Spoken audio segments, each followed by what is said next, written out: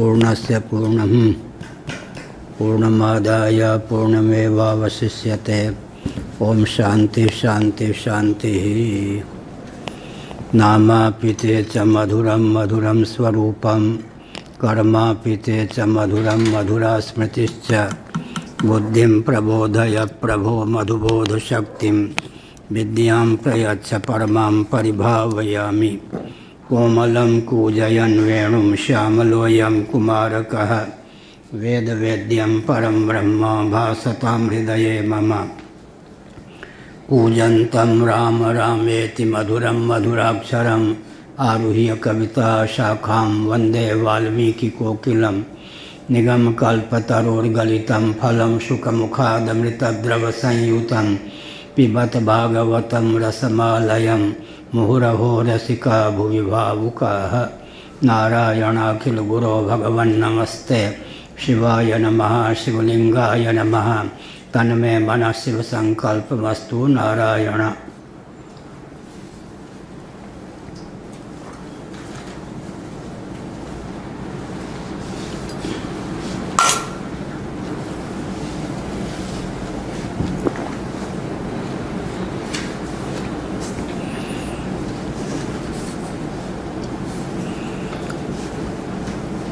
बृहदारण्यक उपनिषद 1.3.1 आनंदगिरी टीका पृष्ठ 70 हैं 71 का अच्छा 71 पृष्ठ। ज्ञान कर्मणोरुद्भावकं वक्तुं ब्राह्मणमारभ्यताम् आख्यायिका तु किमर्थेत्याशंक्य तस्यास्तात्पर्यमाह।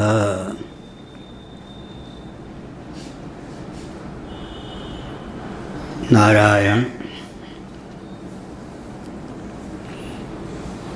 कल के पाठ में इस तथ्य का निरूपण किया गया कि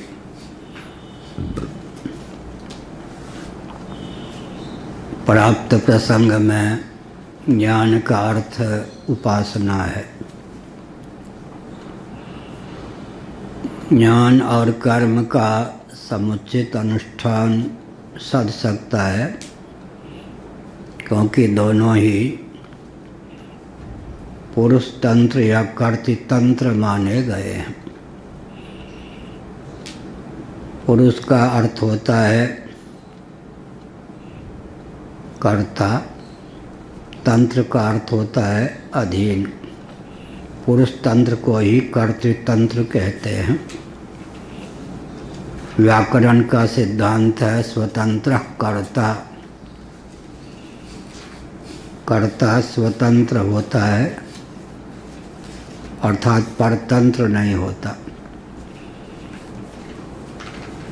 कर्म और उपासना का सहानुष्ठान अर्थात समुचित अनुष्ठान संभव है, जबकि कर्म और ज्ञान का सहानुष्ठान संभव नहीं है। क्रमिक अनुष्ठान संभव है। क्रम भी पहले कर्म योग फिर ज्ञान योग या कर्म योग उपासना योग फिर ज्ञान योग। क्योंकि तुलसीदास जी ने भी इस तथ्य को उद्भाषित किया, कर्म के वहीं स्वरूप ही चिन्ह है। अविक्रिय विज्ञान घन आत्म तत्व का बोध हो जाने पर कर्तृत्व भोक्तृत्व का सर्वथा विलोप हो जाता है। ऐसी स्थिति में तत्वज्ञ मनुष्यों के द्वारा कर्म संभव नहीं है। दृष्टिगोचर जो कर्म होते हैं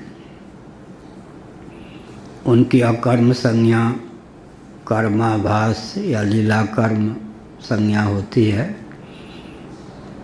वर्जित बीजवत उदाहरण दिया है वेदांतों में। चने मटर जौ आदि होते हैं, उनको भून लिया जाता है, सौंधापन तो आ जाता है, स्वादिष्ट भी होता है, भूख की निवृत्ति, देहेंद्रीय प्राणांतःकरण में पुष्टि और तृप्ति की स्फूर्ति भी होती है। उनकी अर्थक क्रियाकारिता विलुप्त नहीं होती, उसमें और चार चांद लगने की बात हो जाती है। लेकिन उर्वर भूमि में भी, ऋतुकाल में भी भुने हुए भर्जित बीज को बो देने पर अंकुरादि की संभावना नहीं होती। ऐसे ही तत्वज्ञ का जो चित्त होता है भर्जित बीजवत होता है। प्रारब्ध पर्यंत अर्थक क्रियाकारिता उसकी विद्यमान रहती है, लेकिन देहपात के अनंतर तत्वज्ञ नहीं रह जाता, तत्व मात्र होकर शेष रहता है। अंतःकरण पर्यंत ज्ञातृत्व है। देहेंद्रीय प्राणांतःकरण से वियुक्त हो जाने पर तत्वज्ञ फिर तत्वज्ञान के प्रभाव से ही तत्व मात्र होकर शेष रहता है। तो तत्वज्ञान और कर्म का समुचित अनुष्ठान संभव नहीं और ज्ञानोत्तर कर्म भी संभव नहीं। लेकिन ज्ञान की योग्यता प्राप्त करने के लिए पुरुष तंत्र या कर्तृ तंत्र कर्मोपासना का सहानुष्ठान हो सकता है। इसमें भी विवेक प्राप्त है, जिसका निरूपण पिछले दिनों हुआ, कल भी हुआ, कि कर्म और ज्ञान दोनों का जो सहानुष्ठान होता है, समुचित अनुष्ठान होता है, तो उसमें क्या विलक्षणता है। और कर्म पृथक से अनुष्ठित हों, उपासना पृथक से अनुष्ठित हों, तो दोनों के पृथक पृथक फल प्राप्त होते हैं। कर्माणि चित्त शुद्ध्यर्थम ऐकाग्र्यार्थम उपासना ऋते ज्ञानान्न मुक्ति ज्ञानादेव तु कैवल्यम। सहानुष्ठान का क्या होगा फल, यह भी एक विचार करने की आवश्यकता है। खिचड़ी बनाते हैं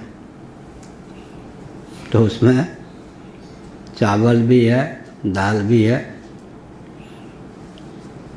और अगर बंगाली खिचड़ी हो तो विविध प्रकार की सब्जी भी उसमें है, नमक भी है, घृत भी है और हल्दी भी है। अब खिचड़ी पाने पे सबके स्वाद ज्यों के त्यों रहते हैं, या विलक्षण स्वाद की अभिव्यक्ति होती है। दाल भी है उसमें, है नहीं, चावल भी है, मसाले भी हैं, घृत भी है, विविध प्रकार की सब्जी भी डाल देते हैं बंगाली खिचड़ी, उड़िया खिचड़ी आदि में। तो सहपाक इसका नाम हो गया। अविद्यया मृत्युम तीर्थवा विद्यया मृतमास्मृते, ईशावास्योपनिषद का वचन कल मैंने उद्धृत किया। इसको मैं यूँ कहता हूँ कि शास्त्र सम्मत ही कर्म हो, शास्त्र सम्मत ही उपासना हो, और दोनों का सहानुष्ठान हो, समुचित अनुष्ठान हो, तो दोनों के फल से व्यक्ति लाभान्वित हो जाता है। और उपासना में चार चांद लगाने की क्षमता है। अब मैं उसको भौतिक दृष्टि से बोलता हूँ। गीता के 15वें अध्याय के आधार पर हम लोग भोजन करते हैं, और गीता के 3 अध्याय 15वें अध्याय को मिलाकर बोलता हूँ ताकि विषय अत्यंत स्पष्ट हो जाए। हमारे पढ़ाने की शैली पद का, पदार्थ का भी ज्ञान हो, तात्पर्यार्थ भी पता चले, और डिलीट पीएचडी होने के लिए नहीं, अपने जीवन में उन तथ्यों को उतारने की क्षमता भी आवे। साथ ही साथ जो देश काल परिस्थिति है उसमें अपेक्षित परिवर्तन का बल वेग भी प्राप्त हो, इतना अभिप्राय मन में रखकर यहाँ पाठ चलता है। पाठ की गति धीमी होती है, लेकिन ज्ञान की गति धीमी नहीं होती। पाठ तो 2-4 पंक्ति ही, अधिक से ही 10 पंक्ति चला पाते हैं, लेकिन इन सब दृष्टियों को संजो कर पाठ का महत्व होता है, ताकि केवल ये ना हो जाए खाना पूर्ति, हाँ मैंने तो 10 उपनिषदें पढ़ ली, टीका सहित भाष्य सहित, जानते कुछ, अब प्रयोग में तो कुछ भी नहीं। इतने वेदांती यहाँ देश की दुर्दशा है, उनका वेदांत गया कहाँ, न उनके जीवन में न समाज में उतरता है। भगवान वेदव्यास इत्यादि का पढ़ना पढ़ाना सार्थक था, उन्होंने स्वस्थ क्रांति को उद्भासित किया, धर्म नियंत्रित पक्षपात विहीन शोषण विनिर्मुक्त क्या किया, शासन तंत्र को प्रतिष्ठित किया। आजकल के वेदांती क्या करते हैं, सबको कर्तव्य से च्युत कर देते हैं, प्रयोग के नाम पर कुछ नहीं, निष्कर्म नहीं, क्या कर दे, अकर्मण्यता को बढ़ा देते हैं, झूठ मूठ के ब्रह्मा होकर घूमते रहते हैं, उससे कुछ लाभ नहीं होता है, लोक भी बिगड़ता है, परलोक भी बिगड़ता। इसलिए अब भोजन करते हैं, पहले भोजन की चर्चा हो चुकी, व्यक्ति भोजन करता है तो तत्वज्ञान हो जाने पर, कर्तृत्व भोक्तृत्व बुद्धि विगलित हो जाने पर भी तो भोजन की आवश्यकता होती है क्योंकि केवल अविद्या अस्मिता राग द्वेष अभिनिवेश मूलक ही भूख नहीं है। वात पित्त कफ पचाम्यन्नम चतुर्विधम अहम वैश्वानरो भूत्वा प्राणिनाम देहमाश्रितः प्राणापान समायुक्त वायु अग्नि के योग से जठरानल में उद्दीप्ति आती है, उससे अन्न जल का पाचन होता है। हम भोजन करते हैं, हलवा पूरी भले ही ना हो, रूखी रोटी पावे, नमक पावे से। एक मैं विशेष बात कहता हूँ, कोई बीमार है तो पथ्य के लिए अलग भोजन बने, वो तो अलग बात है। जिस आश्रम में, जिस घर में 2-3 ढंग के भोजन बनते हैं, वहाँ कलयुग आ जाता है।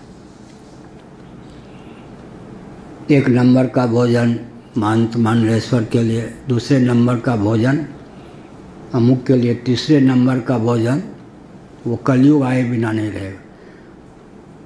जो बने वो भगवान को भोग लगे और वो सबको मिले। 3-3 प्रकार का भोजन जब बनेगा तो कलयुग आने बिना नहीं रहेगा। इसलिए कलयुग लाना हो तो 3 प्रकार का भोजन बनवाइए, 1 प्रकार का भोजन बनना चाहिए। अब कोई व्यक्ति मरीज है, उसके लिए पथ्य हो तो अलग विभाग है, तो हमने संकेत किया भोजन करते हैं तो गीता में भगवान ने गाली दे दी, भुंजते ते तो हम पापा ये पचंत्यात्म कारुणात्, केवल पेट भरने के लिए जिनके यहाँ भोजन बनता है। मिथिला में कहावत है, देव न पितर, देव पितर सब पेट भीतर, तो वो तो पापा ही खाता है। इसलिए अमन्या हो कि भगवान के लिए भोग लगना है, शुद्ध ढंग से, उसमें कोई कीड़े बाल इत्यादि ना हो, भगवान का स्मरण करते हुए भोजन बनाया जाए। उस समय इधर उधर की चर्चा न करे। यहाँ तक लिखा है कि भोजन अगर पत्नी परोस रही हो तो उस समय उसको माँ समझो। भोजन अगर पत्नी बना रही हो और परोस भी रही हो पत्नी, तो गृहस्थ का दायित्व तो उस समय वो माँ समझो। पत्नी समझा, पत्नी के द्वारा हुआ परोसा हुआ जो भोजन है, व्यक्ति ने समझा मेरी पत्नी भोजन परोस रही है, तो वो भोजन पचेगा नहीं, गिर पड़ेगा। माँ समझेंगे उस समय, भोजन परोसते समय पत्नी को भी, उसको माँ न कहे बिगड़ जाएगी अंदर से। हाँ गुरु माँ एक है उड़ीसा में, पुरी में एक व्यक्ति हैं गुरु माँ, अपनी पत्नी को कहते गुरु माँ, माँ ने वही चलाती थी उनको, ऐसा नहीं, बेटों की माँ ने उनकी भी माँ। भोजन परोसते समय पत्नी को भी मातृवत देखे, तब क्या होगा, उससे जो सत्व बनेगा, सार होगा, वो पचेगा, नहीं तो गिर पड़ेगा। यहाँ तक है। अब भोजन बनाने का ढंग, भगवान के लिए भोजन बन रहा है कि बन गया, भगवान को भोग लगाया, तुम ही निवेदित भोजन करही, प्रभु प्रसाद पटभूषण धरही। पहले बहुत अच्छा था, हम लोगों के यहाँ नया वस्त्र आता था, पिंड के रूप में देवी देवता, कुल देवी देवता होते तो उनको चढ़ाया जाता। मनी ऑर्डर आया, बड़े भाई ने भेजा रुपया, पहले भगवान के पास निवेदित होता है, भोजन भगवान के पास फिर करते थे। अब वह ब्रह्मार परम ब्रह्मा भी, उसमें भी है कई प्रकार के चिंतन है। एक ही भोजन कितना बलिष्ठ बना देता और कितना दुर्बल। ये पचन्ते आत्म कारणात्। अब भोजन आया, ब्रह्मार परम ब्रह्मा भी, केवल श्लोक पढ़ दिया वो अलग बात है, वो भी से भी कुछ लाभ होगा। सबसे ऊंची चीज़ है, पहले क्या हुआ, भगवान जो हैं गीता का 15वां अध्याय, रसात्मक सोम के द्वार से अन्न बने हैं। या पहले चंद्रमा ही अनुग्रह पूर्वक इस अन्न के रूप में, भोज्य पदार्थ के रूप में मेरे सामने हैं। बब्बर शेर के समान टूट न पड़े भोजन पे, पहले इतना चिंतन करें। उसके बाद क्या है, जठरानल के रूप में अग्निदेव भोगता हैं। अग्नि के योग से, अग्नि के अनुग्रह से भोजन पचेगा। तो ये हवनीय द्रव्य जो भोजन है, जठराग्नि में, उसको मैं आहुति के रूप में निक्षिप्त कर रहा हूँ, तो यज्ञ हो गया या नहीं? यज्ञ हो गया। प्राणाय स्वाहा ये सब कहते या नहीं? अब प्राणाय स्वाहा, पचाम्यन्नम चतुर्विधम, ये दार्शनिक स्थिति है या नहीं? प्राण अपान व्यान उदान समान के लिए समर्पित किया 5 ग्रास एक एक करके। उसके बाद क्या किया, जठराग्नि को अग्नि समझकर फिर उसको अन्न को जो समर्पित किया, तो वायु देवता को भी समर्पित हो गया अन्न, और अग्नि देवता को भी समर्पित हो गया, और अन्न के रूप में चंद्रमा।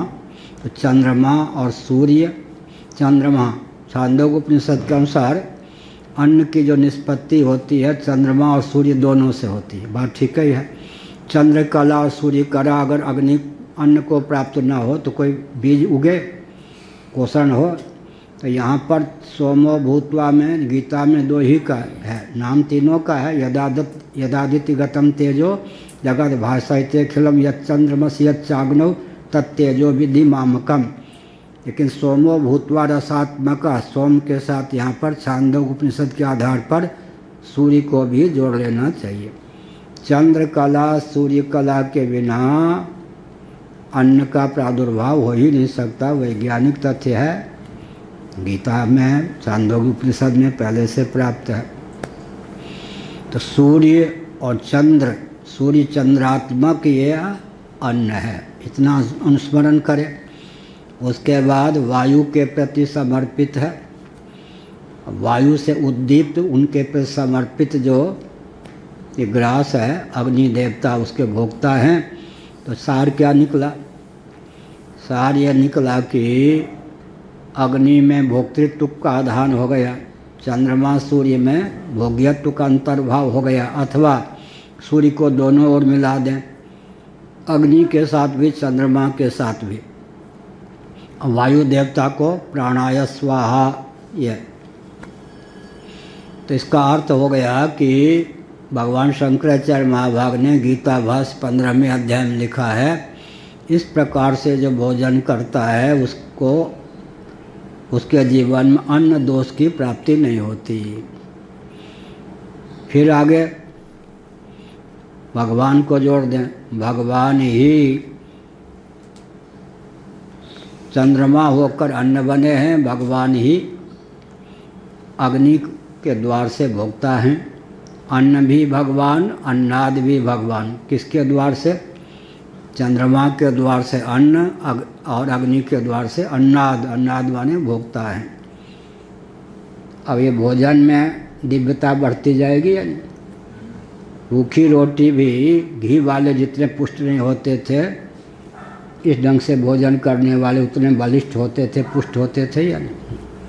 स्वामी अखंडानंद का शरीर मोटा तगड़ा था तो बढ़िया कहते थे, अरे जड़ भरत जी का लो, ऋषभदेव जी का लो, कोई दुबले पतले थे क्या? जब मोटे थे कोई नजर नहीं लगा दे, ये न कह के खुआते पीते, कोई अवधूत ऐसा देखा दुबला पतला? जड़ भरत अरे मोटे तगड़े कहते थे ये। अब वो क्या कहता है, टुल्लू जी का जो बेटा है छोटा सा, मोटा आदमी छल कपट नहीं करता महाराज, मोटा बहुत बड़ा, मोटा आदमी छल कपट नहीं करता, छल ही नहीं होता, पतला आदमी छल करता है। सब अपने अपने वकालत। तो क्या हुआ जी, इस ढंग से फिर उसमें अहंग्रह उपासना, क्या मैं ही अन्न हूँ, मैं ही अन्नाद हूँ, क्रिया कारक फल तीनों के तीनों ब्रह्म स्वरूप ही। इतना चिंतन करके, इतना अनुस्मरण करके अगर कोई भोजन करेगा तो भोजन क्या हुआ, भजन बन गया या नहीं। अब ये कर्मोपासना का समुचित अनुष्ठान हो गया या नहीं, क्या इसमें कोई विघ्न बाधा है क्या। कर्मोपासना का भोजन करना तो स्थूल है, देखो उसमें जो चिंतन का बल आ गया, ये कर्मोपासना का समुचित अनुष्ठान हो गया। ये लौकिक उदाहरण दिया। ऐसे ही अब हवन करते समय क्या चिंतन करेंगे, इसी को ले लें बाहर। ये जो हवनीय द्रव्य है इसके रूप में चंद्रमा ही प्राप्त हैं, और अग्नि कुंड में अग्नि है, तो चंद्रात्मक अन्न को मैं वाहिनी जो अग्नि है उनमें हवन करता हूँ। ये हो गया। फिर भगवान ही हवनीय द्रव्य भी बने हैं, भगवान ही अग्नि भी बने, भगवान ही अन्न भी आहुति की सामग्री भी हैं, और भगवान ही कौन है, आहुति ग्रहण करने वाले भी हैं। फिर अपनी भी भगवद रूपता का जीव रूप से भगवान ही यहाँ पर होता भी बने हैं, क्या होता भी भगवान ही बने हैं। इस प्रकार से क्रियाकारक फल, क्रियाकारक यज्ञ का अर्थ क्या होता है, क्रियाकारक फल, फल पर्यंत यज्ञ की निष्पत्ति की गई है भाष्य में, ये सब ने कहा। इतना स्पष्ट क्यों किया, इस प्रकार से कोई भी चेष्टा होगी, लौकिकी चेष्टा में भी इस प्रकार के भावना का अनुसंधान करेंगे तो दिव्यता आ जाएगी। फिर शास्त्र सम्मत कोई कर्म है और शास्त्र सम्मत ही उपासना है, दोनों में कर्म तो क्रिया के माध्यम से उत्पन्न है और मानसिक क्रिया के द्वारा उपासना की निष्पत्ति हो जाती है। तो उपासना गर्भित जो कर्म होता है, उपासना से गर्भित कर्म, उसमें दिव्यता का संचार की क्षमता आ जाती है। ये कहा ज्ञान कर्मणोरुद्भावकम वक्तुम ब्राह्मण मारभ्यताम। अब वो क्या होगा, देहेंद्रीय प्राणांतकरण की भूख की निवृत्ति, पुष्टि और तृप्ति, तीनों फल तो भोजन करने से मिलना है या नहीं, नास्तिकों को भी मिलना है, आस्तिकों को भी मिलना है। इनको अतिरिक्त लाभ क्या हो गया, वो भोजन भोग न बन करके भजन बन गया। भजन और कर्तृत्व भोक्तृत्व शिथिल होता गया, तो लाभ हुआ या नहीं। तो हानि किनको होती है, जो केवल भौतिकवादी है, उनका सारा कर्म भोग बन के सामने आ जाता है, और जो अध्यात्मनिष्ठ व्यक्ति हैं उनका योग बन जाता है, भजन बन जाता है। तो भोग को भी भजन बना देना, अपने यहाँ व्यवहार में ये था या नहीं। बाल गोपाल लो, मातृदेव, मातृ शब्द माने माता, देव माने भगवान, मातृदेव, पितृदेव, आचार्य देव, अतिथि देव, सब देव तो एक ही है। देवता की मातृ रूप में अभिव्यक्ति, पिता के रूप में अभिव्यक्ति, आचार्य के रूप में अभिव्यक्ति, अतिथि के रूप में अभिव्यक्ति। बाल गोपाल, ये लक्ष्मी, पत्नी को लक्ष्मी की दृष्टि से देखना। बहुरानी क्या है, लक्ष्मी है, पति क्या है, नारायण है, सबको भगवान के साथ जोड़ दिया। तो क्या हुआ, हमारे यहाँ व्यवहार भी परमार्थ का साधक बन जाता था। अब परमार्थ भी तो गया, व्यवहार तो रह ही नहीं गया। वो व्यवहार क्या होगा, जो प्रसंग चल रहा है उस स्थावर योनि को प्राप्त कराने वाला होगा। भौतिकवादियों का जो व्यवहार होता है उसका फल अधोगति। क्या हुआ, मर्त्यलोक में हम हैं, मनुष्य शरीर हमको है, तो शुभ अशुभ दोनों प्रकार के कर्म का फल भोगने के लिए मनुष्य शरीर मिलता है। गीता 14वां अध्याय। ऊर्ध्वं गच्छन्ति सत्वस्था मध्ये तिष्ठन्ति राजसाः जघन्य गुण वृत्तिस्थाधो गच्छन्ति तामसाः। सत्वगुण के प्रभाव से पूर्ण, अतिशय पूर्ण हो तो ऊर्ध्वलोक में, रजोगुण के प्रभाव से मध्यलोक में, तमोगुण के प्रभाव से क्या अधोगच्छन्त, अधोगति प्राप्त होती है। हमको कर्म और हमको पाप और पुण्य दोनों के समुचित अनुष्ठान के फलस्वरूप, कभी पाप कभी पुण्य यहाँ भी के फलस्वरूप हमको यह शरीर मिला है। हमारा दायित्व है कि भुवा स्व महाजन तप सत्यम, बन सके तो मोक्ष तक इस जीवन का उपयोग करें। लेकिन जो भौतिकवादी होते हैं, देहात्मवादी होते हैं, वो क्या करते, मनुष्य शरीर का उपयोग कीट पतंग से लेकर स्थावर शरीर पर्यंत प्राप्त करने की योग्यता बटोरने में लगाते हैं। तो हमेशा भौतिकवादी दुर्बल होते हैं। आगे आएगा, जनसंख्या में भौतिकवादी अधिक होंगे और दुर्बलता भी उन्हीं को प्राप्त होगी। प्रबल कौन होंगे, अध्यात्मनिष्ठ। संख्या कितनी कम होगी, ऐसे तत्वज्ञ की तो बात छोड़े दीजिए, दैवी संपद संपन्न व्यक्ति, देहात्म भाव से विनिर्मुक्त व्यक्ति की संख्या हमेशा कम होगी, लेकिन बलवान वही होंगे। अधोगति कौन प्राप्त करेंगे, बहुमत वाले बहुमत वाले सब अधोगति ही प्राप्त करेंगे। बहुमत वाले का मतलब है इसलिए कोई बात नहीं, जिनकी पार्टी में कम व्यक्ति हैं पायलट आदि चिंता मत करें लेकिन दोनों का लक्ष्य एक ही होगा तब नहीं काम चलेगा। क्या क्या यहाँ तो दोनों, ये आगे आएगा। अपने जीवन में भी कितना प्रतिशत व्यवहार देहात्म भाव से भावित होता, आगे आएगा। तो कितना प्रतिशत व्यवहार देहात्म भाव से भावित नहीं होता, मतलब देह के नाश से जीवात्मा का नाश नहीं होता, इस भाव से अंकित होता है। विचार करके देखें, रोज देखना चाहिए। 5 मिनट भी आत्मनिरीक्षण के बिना सो जाता है वो तो मुर्दा है। मुझे तो आश्चर्य होता है, ऐसे मनुष्य कौन, ऐसे मनुष्य कहने योग्य होगा क्या? बिना आत्मनिरीक्षण के एक दिन भी सो गया तो मनुष्य क्या रहा ना। नित्य ही आत्मनिरीक्षण करके फिर सोना चाहिए। अब चलो भाई सीधे, ज्ञान कर्मणोरुद्भावकम वक्तुम। इतना बड़ा जो ऊंचा ज्ञान है, हरे राम, इतना सामंजस्य है, घर से लेके परिवार और मनुष्य के अंदर मनुष्यता लाने वाला जो है, ये जो हम लोगों के यहाँ जो सुनते हैं, लोग पढ़ते हैं, और ये जो ज्ञान परंपरा है, दूसरे जो लोग हैं जिनके यहाँ ये सब नहीं है, उनका सबका फिर उद्धार आदि का तो कोई बानक हो ही नहीं सकता है। होगा अच्छा भाई, भगवान शंकराचार्य ने लिखा, पहले भी कहा, आगे भी आएगा, मनुष्य शरीर का उपयोग पुनः मनुष्य शरीर प्राप्त हो, न लाभ न हानि। क्या भाई, पूंजी तो न जाए, कम से कम इतना तो करो कि आगे भी मनुष्य शरीर प्राप्त हो। होना क्या चाहिए, भूलोक में है, भुवा पर विजय प्राप्त करो, स्व पर महा जना तपः सत्यम, उससे बन सके तो केवल सदरूप परमात्मा हो, कैसे इतना ऊंचा। लेकिन मनुष्य शरीर छोड़ने के बाद मनुष्य भी बनने का योग न रहे तो देहात्मवादी जितने हैं उनके लिए आँख खोल देने की बात है। भगवान शंकराचार्य ने लिखा, स्थावर योनि पर्यंत, कीट पतंग से लेकर तरुलता गुण पत्थर आदि बनेंगे वो। तो भौतिकवाद का पर्यवसान क्या है, कीट पतंग बनना, उसे अपने को प्रगतिशील विकास वाले कहते, महाविनाश कुठाराघात अपने हित पर करने वाले, वो बोलते हैं ये बुद्धू है।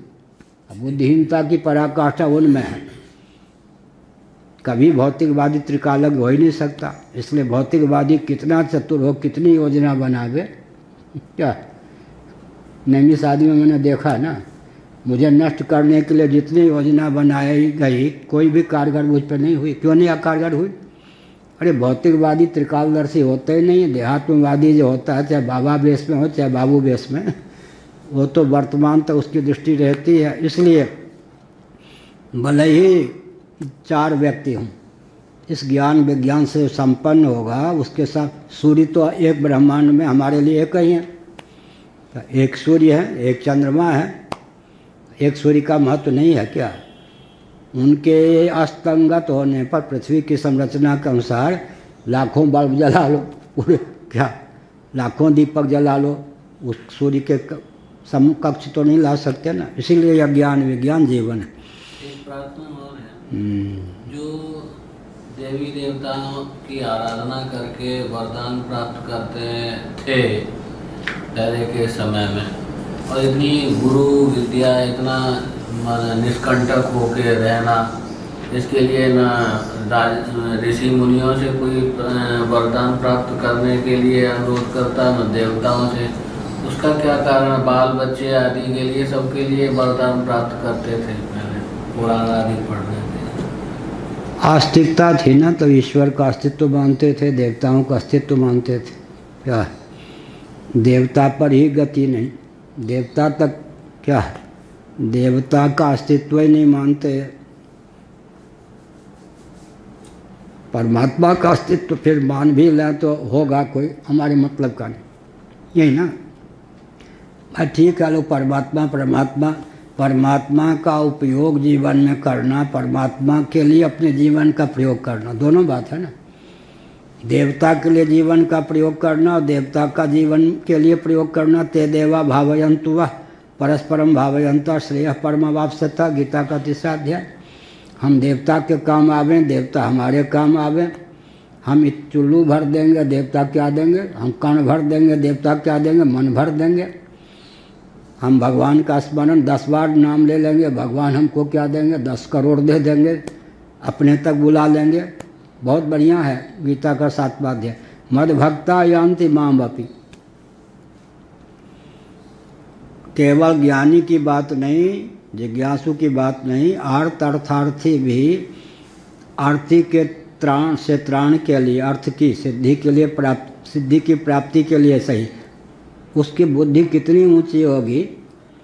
श्री राजा महाराजा सेठ साहूकार अन्य देवी देवता की आराधना न करके मुझसे, उसकी बुद्धि सूक्ष्म होगी तभी तो मुझसे, अर्थ किसके लिए?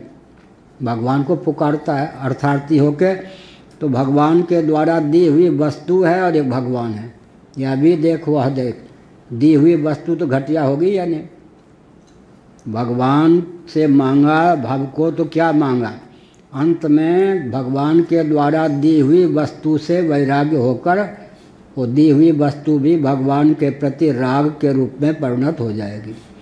तो अर्थार्थी व्यक्ति भी, भगवान ने कहा उदारा, सब उदार हैं, निष्पाप हैं। निष्पाप क्यों हैं? उदार क्यों हैं? जांचिए जानक जीवन सौ, यही जांचकता, यही जांचत जांचकता जरी जाए, विनय पत्रिका। अरे मन, जांचने की अगर भावना नहीं जाती है तो जानक जीवन जगदीश राम जी से जांचो, अंतर क्या होगा? कण भर मांगोगे, मन भर देंगे, मन भर देकर भी उनको संतोष नहीं होगा, अपने आप को भी न्योछावर कर देंगे, जांचने की वृत्ति ही जला देंगे। अब आगे पाठ। ज्ञान कर्मणोद्भावकम वक्तुम ब्राह्मणमारभ्यताम आख्यायिका तो किमर्थेत्याशंक्य तस्यास्तात्पर्यमाह। ज्ञान और कर्म का जो उद्भावक है, इस प्रकार के ब्राह्मण का आरंभ होना चाहिए। आख्यायिका बीच में कहाँ से टपक पड़ी, इसका तात्पर्य क्या है? श्रुति तो कोई अनर्गल प्रयास नहीं करती, आखिर आख्यायिका का आलम्बन लिए बिना ही ज्ञान कर्म का निरूपण करती, जितना बता चुकी उससे आगे का प्रक्रम प्रस्तुत करती। ऐसा न प्रस्तुत करके बीच में आख्यायिका के रूप में ब्राह्मण की प्राप्ति हुई तो क्यों हुई? कोशाविति, ये भाष्य 2रा पैरा। कोशौ स्वाभाविक पापमा संगो मृत्यु, कुतो वा तस्योद्भवः केन वा तस्यातिक्रमणम्। बहुत बढ़िया। तो कल कहा था हे क्या है, हे हेतु क्या है, हानि क्या है, हानोपाय क्या है,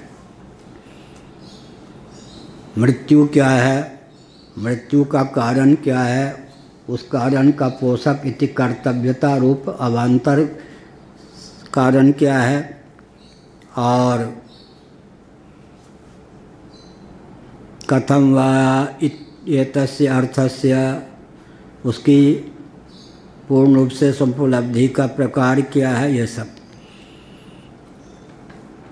कोसौ स्वाभाविक पापमा संगो मृत्यु। चौथी टिप्पणी। प्रथमः स्वरूप प्रश्न, मृत्यु के स्वरूप का वर्णन।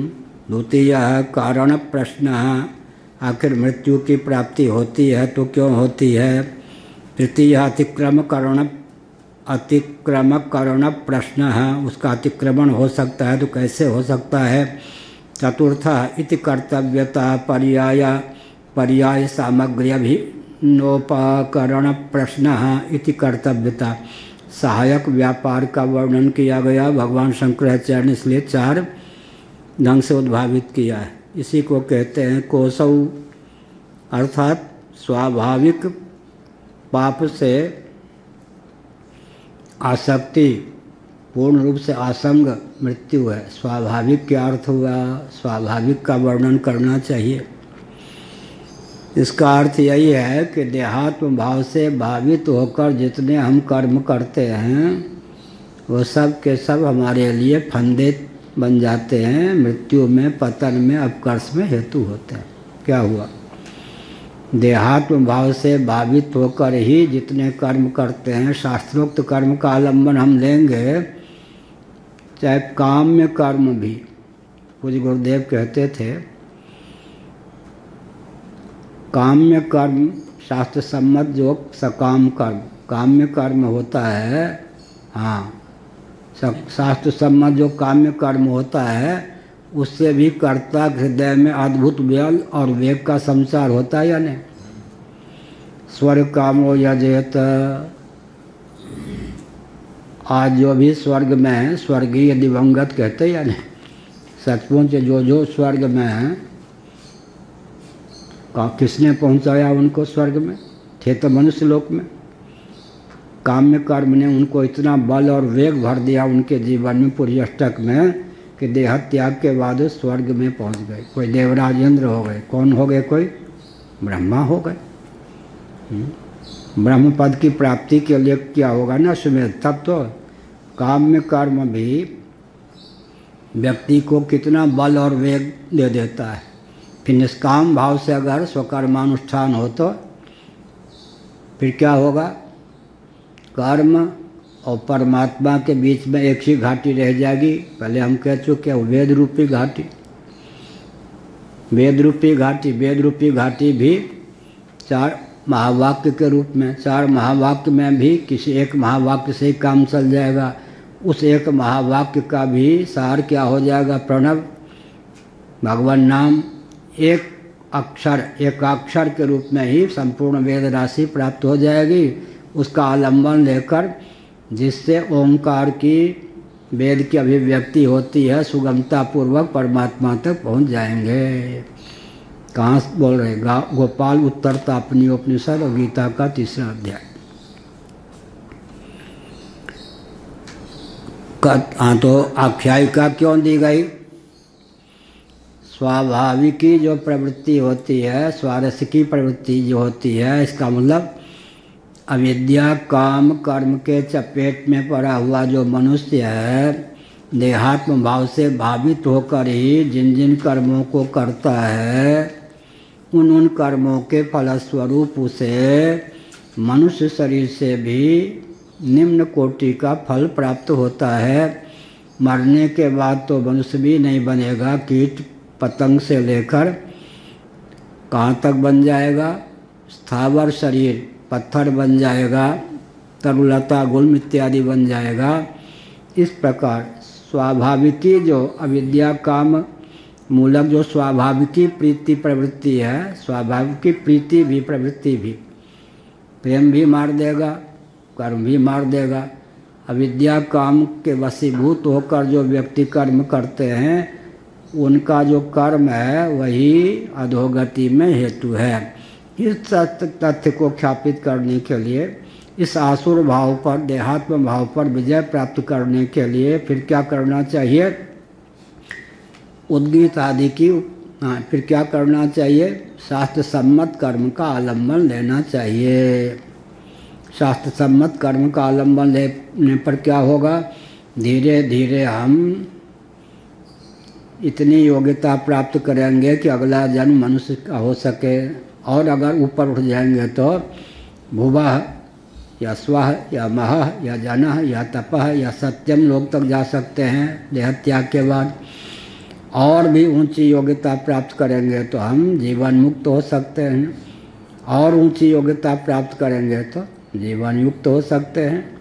फिर जीवन युक्त नहीं हुए तो ब्रह्मलोक में जाकर तत्व ज्ञान प्राप्त कर सकते हैं। जीवन मुक्ति पर्यंत हमारी गति हो, इसके लिए आख्यायिका प्राप्त है। अपने जीवन में ही दैवी आसुरी वृत्तियाँ उठती रहती हैं। और आसुरी वृत्ति क्यों उठती हैं, दैवी वृत्ति क्यों उठती हैं? आसुरी वृत्ति पर विजय प्राप्त करके दैवी वृत्ति ही उठे, इसके लिए हम बल और वेग प्राप्त कर सकें। अतः यह आख्यायिका है। इतिहास यहाँ पर नहीं है, रूपक है। अर्थात हमारे जीवन में ही, बाहर कोई विरोचन वाली बात नहीं, इंद्र वाली बात नहीं, स्वयं आख्यायिका है यह। आख्यायिका का अर्थ होता है सुखपूर्वक दार्शनिक तथ्य को, वैज्ञानिक तथ्य को हृदयंगम कराने के लिए जो उदाहरण है इतिहास सहित सदृश, उन्हीं का नाम आख्यायिका है। श्यामलाल ने श्याम नामक मार्केट में 25 रुपये किलो गेहूँ खरीदा, और फिर उसने क्या किया, उसको 55 रुपये किलो अमुक जगह बेचा। कितना लाभ हुआ, कितनी हानि हुई, लाभ हुआ तो कितना प्रतिशत, ये सब वहाँ श्यामलाल ये गेहूँ आदि से मतलब नहीं है। व्यक्ति की बुद्धि गणित में प्रविष्ट हो सके, इसके लिए। इसी प्रकार यहाँ पर कोई इतिहास का अंकन नहीं है, यह हमारे जीवन में जो स्वाभाविकी गाथा है उसका चित्रण है।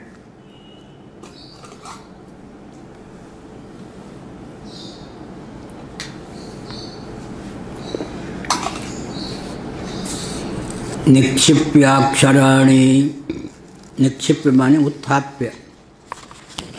भाष्यकार भगवान ब्राह्मण में जो प्रयुक्त अक्षर हैं उनकी उद्भावना की व्याकरोति। व्याकरोति माने बाद में उसका व्याख्यान करते हैं, उसकी व्याख्या करते हैं। प्रतीक को धृत करके उसकी व्याख्या स्वयं करते हैं। निपातार्थमेव स्फुटयति। भाष्य के जो पहली पंक्ति है पृष्ठ 72 पर हेति ह इति, मूल में जो ह निपात का प्रयोग किया गया है उसके अर्थ को शंकराचार्य महाभाग ने द्योतित किया। पूर्ववृत्तावद्योतको निपातः। ह कहकर पूर्ववृत्त, पूर्ववृत्त माने जो पहले ब्राह्मण के माध्यम से तथ्य उद्भाषित किया गया उसका उद्योतक है, उसको ख्यापित करने वाला, दृष्टिपथ में लाने वाला हो संज्ञक निपात है।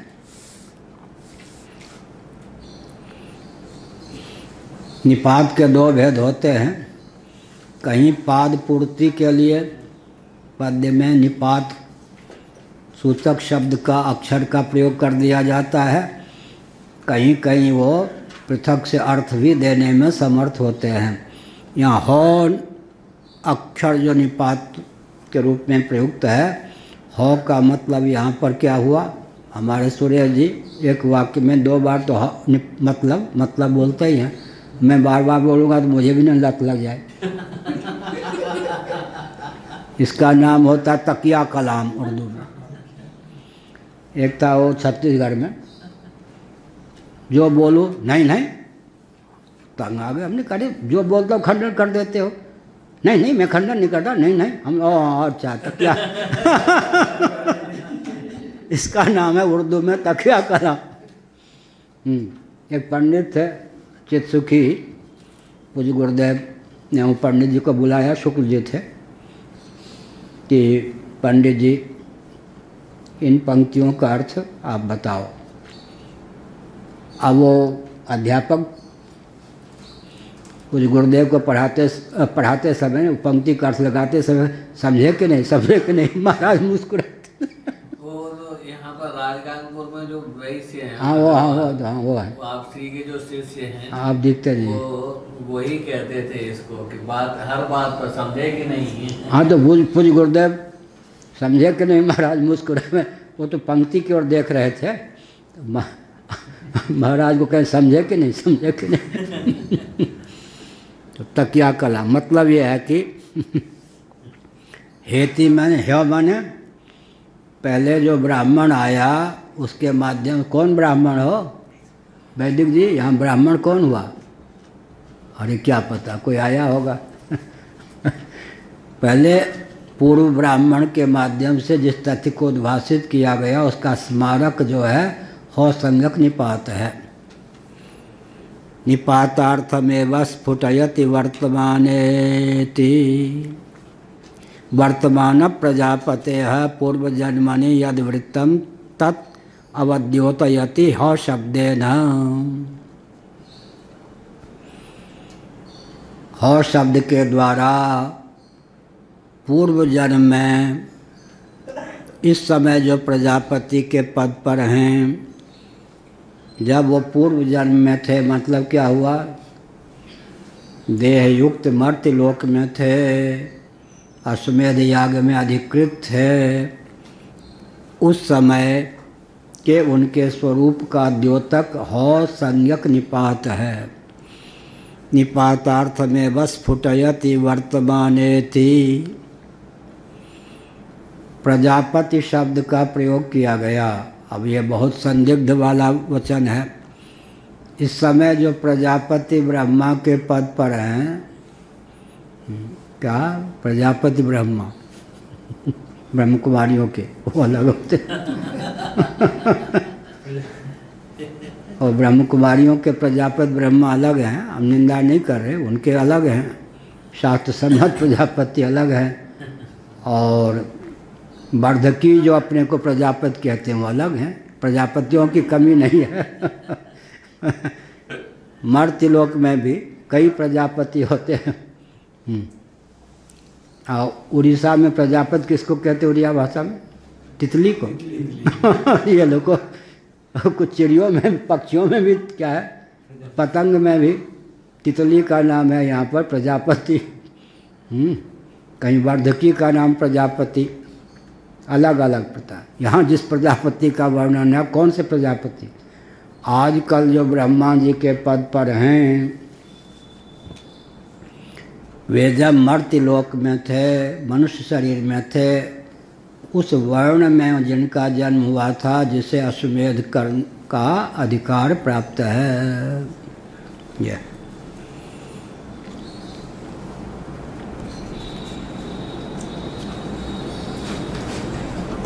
विशेषकर क्षत्रिय कुल में। अब कोई क्षत्रियोचित चरु से उत्पन्न हुआ हो ब्राह्मण, परशुराम जी आदि, वो अपवाद स्वरूप होते, नहीं तो बहुत से कर्म हैं। श्रौत याग में, मांत्रिक विधा से याग में ब्राह्मण क्षत्रिय वैश्य तीनों अधिकृत हैं, लेकिन बृहस्पति सब में केवल ब्राह्मण अधिकृत होते हैं। राजसूय में केवल क्षत्रिय अधिकृत होते हैं, वैश्यस्तव में केवल वैश्य अधिकृत होते हैं। और द्विजाति न होने पर भी रथकारेष्टि में केवल बढ़ई तक्षा जाति के व्यक्ति अधिकृत होते हैं, उसमें ब्राह्मण क्षत्रिय वैश्य तीनों अधिकृत नहीं। और यजमान की पत्नी ब्राह्मण क्षत्रिय वैश्य कुल में उत्पन्न, विधिवत यज्ञों पविता आदि से संपन्न सदगृहस्थ यजमान, उनकी पत्नी जब बैठती है यज्ञशाला में, तब श्रौत याग में कुछ ऐसे मंत्र होते हैं जिनका उच्चारण यजमान की पत्नी ही करे तो यज्ञ की पूर्ति होती है। और श्रौत याग में अपने पति के साथ विराजमान उनकी पत्नी भी तात्कालिकी योग्यता के अनुसार, अधिकार के अनुसार मंत्रों को श्रवण करने में अधिकृत है। और जिस जिस मंत्र का उच्चारण यजमान की पत्नी को ही करना चाहिए, उस मंत्र का उच्चारण यजमान की पत्नी ही करे तो यज्ञ की पूर्ति होती है। तो इसका मतलब सर्वथा निषेध भी नहीं और सर्वत्र विधि भी नहीं। आजकल लोग कुछ हमारे मंच पर बोलते थे प्रयाग में, तो हमने सावधान किया। पुराने ढंग के परंपरा से शास्त्र का अध्ययन न करने वाले, छिटफुट कुछ चीज़ सुन लेने वाले, और यहीं से प्रवचन प्रारंभ करते। स्त्रियों का अधिकार नहीं, शूद्रों का अधिकार नहीं, हमने कहा बवंडर मचाना है। हम भी शास्त्र को मानते हैं, जानते, बोलने का प्रशिक्षण भी तो होना चाहिए। अगर इस बात स्त्रियों का अधिकार नहीं, शूद्रों का अधिकार नहीं, सबसे अनधिकार की चर्चा तो सन्यासी और ब्राह्मण के लिए, ये भी क्यों नहीं बोलते? निषेध आज्ञा स्त्री शूद्र की अपेक्षा हम लोगों के लिए ज़्यादा है या नहीं? तो सब में सबका अधिकार नहीं है तो कहें ना। अब ये वैज्ञानिक हो गया, कौन हमारे लिए मुर्दाबाद कहता है पूरे विश्व में? जितना बोलना चाहिए सब बोलते हैं, छल कपट पूर्वक नहीं बोलते, लेकिन बोलने का प्रशिक्षण भी तो होना चाहिए। क्या हुआ? सब में सबका अधिकार नहीं, अब कम्युनिस्ट भी मान लेंगे। सब जो जितना ऊंचे वर्ण में होगा प्रतिषेध निषेध विधि उसके लिए उतनी होगी, ये क्यों नहीं बोलते? क्या ब्राह्मण के लिए सुरापान,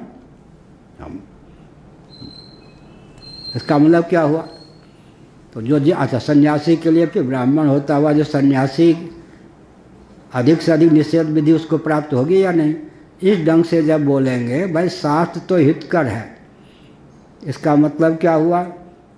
सब में सबका अधिकार नहीं है, तो अपने अपने अधिक स्वे स्वे कर्मण अधिकृत संसिद्धिम लभते नरा, फल चौड़ित तो नहीं है, इस ढंग से बोलना चाहिए। तो यहाँ कहा कि अभी प्रजापति का अर्थ क्या हुआ? ये जो द्रुपद के बेटे और बेटी मान लिए जाते हैं, धृष्टद्युम्न द्रौपदी, तो न तो उनका कुछ लगा, ब्राह्मणों ने यज्ञ किया, ब्राह्मणों ने वो ऐसा है कि अग्नि से उत्पन्न थे, इसलिए उनके जाति ब्राह्मण होनी चाहिए थी। लेकिन हुआ क्या कि अर्जुन को ब्याहने योग्य एक विश्व सुंदरी सुशीला कन्या की प्राप्ति हो, ये भावना थी। और द्रोणाचार्य को मारने में समर्थ एक पुत्र की प्राप्ति हो, ये भावना थी। ब्राह्मणों ने कहा हमसे ब्रह्म हत्या कराना चाहते हो, डांट के भगा दिया। ब्राह्मण ही तो आचार्य होंगे ना। विश्वामित्र जब ब्रह्म भावापन्न नहीं थे, एक रघुवंश में वशिष्ठ जी ने कहा फिर यज्ञ करना, यजमान को त्वरा थी, जल्दी थी। विश्वामित्र के आचार्य में यज्ञ करा दिया, देवताओं ने आहुति स्वीकार नहीं की। मैंने कल कहा था ना, अरे भाई सेकुलर संविधान के अनुसार चलाओ ना राष्ट्र। मरने के बाद जो नेता लोग हैं वो यमराज का विधान उन पर लागू हो गया, सेकुलर संविधान नहीं। देहात्मवादी भी मरेगा, वो कहेगा मैंने तो शरीर को आत्मा माना, अब हमको नरक में क्यों ले जाया जा रहा है, हम तो मर गए उसी समय जब शरीर प्राण समाप्त हुआ। अरे तुम्हारे ऊपर सेकुलर संविधान, देहात्मवाद का संविधान लागू होगा? तो फिर क्या ब्राह्मण ही तो महाराज $75, $100 इतने इतने दक्षिणा का प्रलोभन दिया, नाना करते करते वो ब्राह्मण द्रोणाचार्य के मरवाने के लिए जो था, हाँ आ गए। बढ़िया, जय हो वैदिक महाराज जी, आप ऐसे नहीं हो। अब क्या है, देवियों का प्राय स्वभाव होता है बनने ठन्ने श्रृंगार में उनका कई सा काम खराब भी हो जाता है। तो यजमान की पत्नी हो तब काम बने। यजमान की पत्नी, द्रुपद की पत्नी तो श्रृंगार आदि में इतनी रची पची थी कि बंठन के आने में समय जा रहा था, मुहूर्त पर काम होता है। पंडितों ने कहा देखो आपकी पत्नी आ नहीं रही हैं, अब मैं क्या करूं, गर्भ तो उनको धारण करना है ना, ऐसी बेटी जो अर्जुन को ब्याही जा सके और ऐसा बेटा जो द्रोणाचार्य को मारे, अब मैं क्या करूं? लो अब मैं यज्ञ मंत्र से, अब मंत्र से समन्वित इस चरु को जहाँ फेंकूंगा वहीं से लाला लाली प्रकट हो जाएगी। तो ब्राह्मणों ने कहा पत्नी होती तो चरु देते, अब पत्नी है ही नहीं, वो उसकी उपस्थिति चाहिए, यूँ फेंक दिया, झुंझला के सही आहुति डाल दी। यज्ञ वेदी पर जो पड़ी उसी से द्रौपदी का प्रादुर्भाव हो गया, आयोनिजा। यज्ञ कुंड में जो पड़ा आहुति पड़ी उसी से धृष्टद्युम्न, ये दोनों अनून। अब ये दोनों में भाई बहन का संबंध हो या कहीं तो पति पत्नी भी होते ना, बहन के भुजदंडों से उत्पन्न, वहाँ पर ऋषियों ने पति पत्नी। तो यहाँ पर जो संकल्प उसका था कि बेटी उत्पन्न हो, बेटा उत्पन्न हो, इसलिए द्रौपदी धृष्टद्युम्न में भाई बहन का संबंध स्थापित किया गया। ठीक है। और क्षत्रिय क्यों हुए? क्षत्रिय थे, क्षत्रियाणी के गर्भ से उत्पन्न होते ना, इसलिए उनकी जाति क्षत्रिय हो गई। यहाँ भावना संबंध संकल्प क्या है? भावना और संकल्प के बल पर जाति का निर्धारण हुआ, नहीं तो दोनों ब्राह्मण ही होते। द्रौपदी भी ब्राह्मण होती, अग्निकुंड सूत जी। तो सूत जी मूल जो सूत थे वो कौन थे? यज्ञ कुंड से समुद्भूत। कथावाचकों के सब नहीं मालूम आजकल, यज्ञ कुंड से समुद्भूत थे। सूत कौन होते? ब्राह्मण की बेटी से क्षत्रिय विवाह कर ले तब जो संतान होती है उसका नाम सूत, तो नाम हो गया सूत। नैमिष वालों ने एक ब्राह्मण का नाम रख दिया था कथावत सूत। सब कह तू सूत जाति का, सूत जाति का, बेचारा वो परेशान।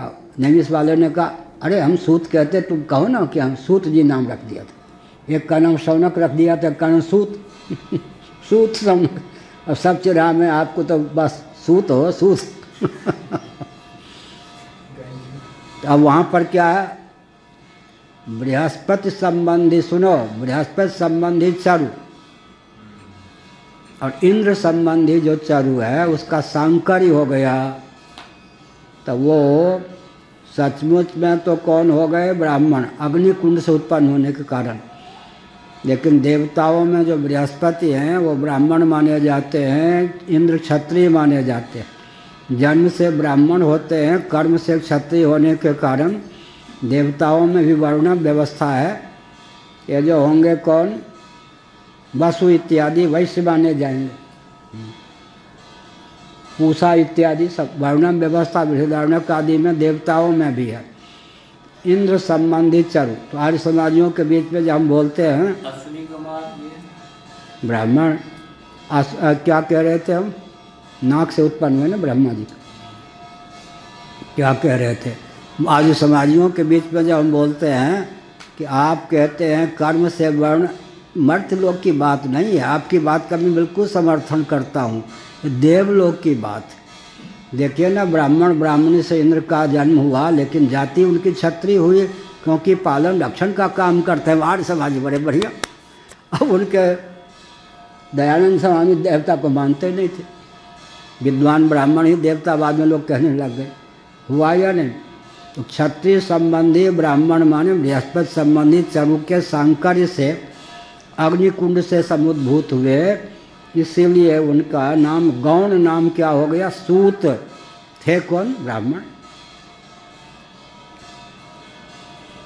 तो प्रजापति शब्दों भविष्यत वृत्तिया यजमानम गोचरयति, प्रकरण के बल पर यह सिद्ध होता है कि इस समय जो प्रजापति माने ब्रह्मा जी के पद पर प्रतिष्ठित हैं, वे जब यजमान के रूप में कौन सा? अश्वमेध का अनुष्ठान करने वाले यजमान के रूप में बृहद भारत में मर्त्यलोक में थे, उनके लिए यहाँ पर प्रजापति शब्द का प्रकरण के बल पर प्रयोग हुआ है। यह अर्थ इस समय जो आइए कलेक्टर साहब, क्या अर्थ हुआ? मानो आईएएस की तैयारी कर रहा है, उसको अगर कलेक्टर कह दें तो हाँ। और इस समय जो कलेक्टर के पद पर हैं, वो जब आईएएस की तैयारी कर रहे थे, उस समय का चित्रण हमें करना हो तो कहेंगे कलेक्टर, तो कलेक्टर का अर्थ क्या होगा? इस समय जो कलेक्टर के पद पर हैं, ये ही जब IAS की तैयारी कर रहे थे तब वो कलेक्टर कहे जाएंगे उस समय। इस समय जो प्रजापति के पद पर हैं, वो जब मर्त्यलोक में बृहद भारत में अश्वमेध याग करने वाले थे, कर रहे थे, उस समय उनका, उस समय के उस समय के व्यक्ति का नाम यहाँ प्रजापति। क्या भूतपूर्व गति से, वर्तमान गति से तो प्रजापति हैं, लेकिन जब प्रजापति पद प्राप्त करने की क्षमता अर्जित करने के लिए अश्वमेध का आलंबन ले रहे थे मर्त्यलोक में, उस समय जो इनका स्वरूप था, उस शरीर में जब ये थे, तब उनका नाम प्रजापति। यहाँ पर प्रजापति शब्द का प्रयोग पदासीन प्रजापति नहीं, पद की योग्यता प्राप्त करने के लिए मर्त्यलोक में तदनुकूल सामर्थ्य समर्जित करने के लिए जो व्यक्ति यजमान थे, उनका नाम प्रजापति। ऐसा अब ये सब गंभीर तथ्य भाष्य न हो तो कैसे लगाएंगे?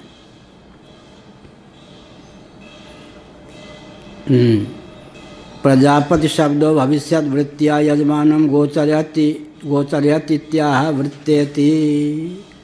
वृत्त शब्द का प्रयोग करके तद वृत्तम, ये जो है दूसरी पंक्ति में भाष्य में, इंद्रादयो देवा विरोचनादयश्चासुरा इत्याशंकाम वारयति तस्यैवेति। इंद्रादि जो हैं वो देवता हैं प्रसिद्ध, विरोचनादि जो हैं असुर हैं। कहीं झटपट रूढ़ार्थ को लेकर बुद्धि दौड़ न पड़े, इसलिए कहते नहीं। यहाँ पर जो देवासुर की बात चल रही है, देवता असुर, कि हमारे जीवन में जो दैवी आसुरी प्रकृति आती है उसको लेकर है। यहाँ कोई ऐतिह्य धरातल पर जो इंद्र विरोचन इत्यादि हैं, उनके लिए देव असुर शब्द का प्रयोग नहीं किया गया। किनके लिए किया गया है? प्राणों के लिए। प्राण माने कर्मेंद्रिय पंचक, ज्ञानेंद्रिय पंचक, प्राण पंचक, अंतःकरण चतुष्टय अर्थात लिंग शरीर अर्थात सूक्ष्म शरीर के लिए यहाँ पर प्राण शब्द का प्रयोग है। प्राण का अर्थ यहाँ पर पहले बताया था, प्राण के कितने अर्थ होते हैं? प्राण का अर्थ परमात्मा एक, फिर प्राण का अर्थ क्या होता है? अव्याकृत अव्यक्त दो, फिर प्राण का अर्थ क्या होता है? घ्राण इंद्रिय तीन, फिर प्राण का अर्थ क्या होता है? कर्मेंद्रिय, ज्ञानेंद्रिय, अंतःकरण, प्राण सब सूक्ष्म शरीर। फिर प्राण का अर्थ क्या होता है? आध्यात्मिक पवन, प्राण अपान व्यान उदान समान नागकुर्म कृकल देवदत्त धनंजय वैरम इत्यादि 14 प्राण होते हैं। 14 को फिर 10 में, फिर 10 को फिर 5 में, फिर 5 को फिर 1 में कर देते हैं। प्राण का अर्थ हो गया केवल प्राण या आध्यात्मिक प्राण प्रभेद। यहाँ जो प्राण संवाद है, प्राण का अर्थ है कर्मेंद्रिय, ज्ञानेंद्रिय, अंतःकरण सहित प्राण। प्राण माने पूरा लिंग शरीर या सूक्ष्म शरीर। इंद्रादि देवता का, विरोचनादि दैत्यासुर का वर्णन यहाँ पर नहीं समझना चाहिए। जीवन में तो मुख्य प्राण का ही तो उपयोग होगा, उसके बाद में तो प्राण क्या करेंगे? प्राण अगर मुख्य प्राण नहीं रहेगा तो प्राण से जो प्राणित हैं उन सब के लिए प्राण शब्द का प्रयोग होता है। कर्मेंद्रिय यहाँ पर इतने अर्थ हुए ना, इसीलिए वो जो हरीश कहते थे ना, गड़बड़ करते आप लोग, जो परंपरा से न पढ़ा हो उसे बहुत दूर रहना चाहिए। क्या गड़बड़ करते? एक ग्रंथ में एक शब्द आया, उसका एक प्रकार से अर्थ करना चाहिए। तब हमने कहा ठीक है, ध्यान आत्मनि पश्यंत केचिद आत्मान आत्मना, एक ही श्लोक में आत्मा आत्मा आत्मा एक ढंग से अर्थ करके बताओ। तो प्राण का अर्थ कितने होगा? प्रसंगानुसार, किस प्रसंग में कौन सा शब्द।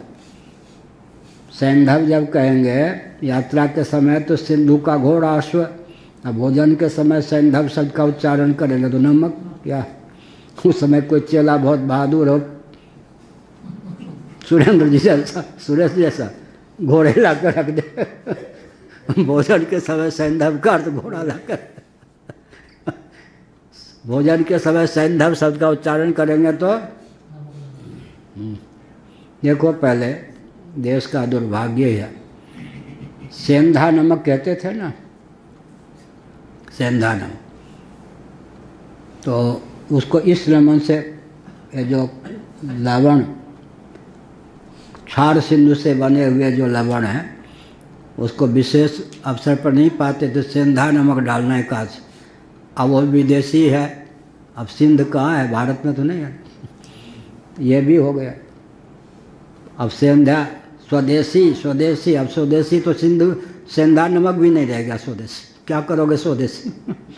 स्वदेश कटता पिटता इतना हो गया कि सेंधा नमक कहोगे तो वो भी विदेशी हो गए। स्वदेशी, पांडु जी के, राजा पांडु के शव पर जो वस्त्र दिया गया था उसका नाम देशज, स्वदेशी वस्त्र, महाभारत। हाँ, स्वदेशी, राजा पांडु के शरीर पर, शव शरीर पर जो वस्त्र दिया गया था महाभारत में उसका नाम देशज, मन स्वदेशी वस्त्र था। तो पहले भी स्वदेशी सामग्री का कितना महत्व था, धार्मिक कृत्य में उसका उपयोग होता था। अब कटते पिटते पूजन आदि में जितनी सामग्री का उपयोग होता है उसमें विदेशी सामग्री अधिक है।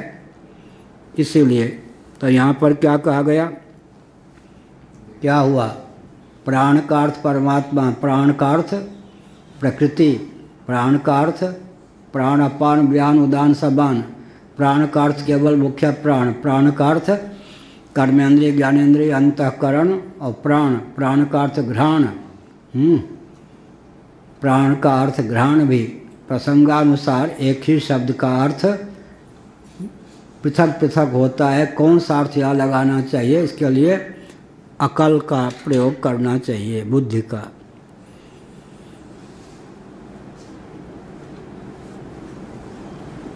कहाँ गया, याजमानेषु प्राणेषु देवत्वम् असुरत्वं च विरुद्धं न सिद्ध्यति इति शंकते।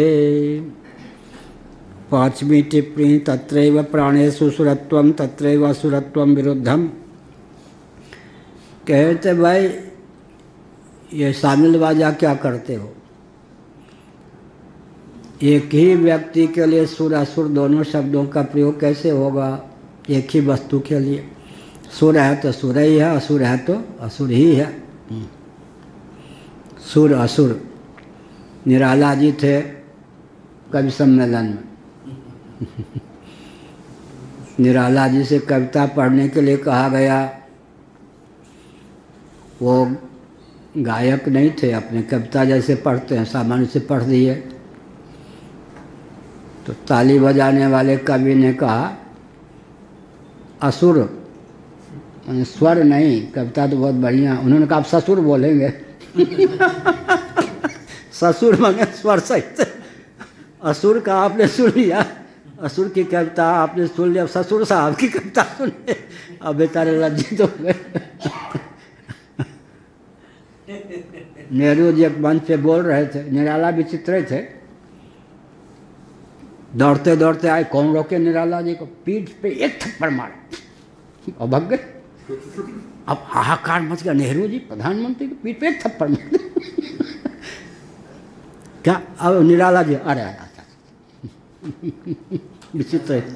हाँ वाह, महादेवी वर्मा ही उनको रिझा पाती थी, अद्भुत थे। हाँ, वो एक ट्रेन पे आए, थक गए, अरे हमको ले चल जल्दी।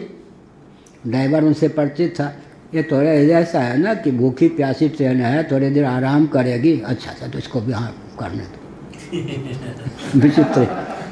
अच्छा अब कपड़ा जा रहे हैं और गंदा कुर्ता पहने हैं, अब कवि सम्मेलन में जा रहे, अब कोई कपड़ा बढ़िया पहना दे, नहीं तो जैसे ऐसे।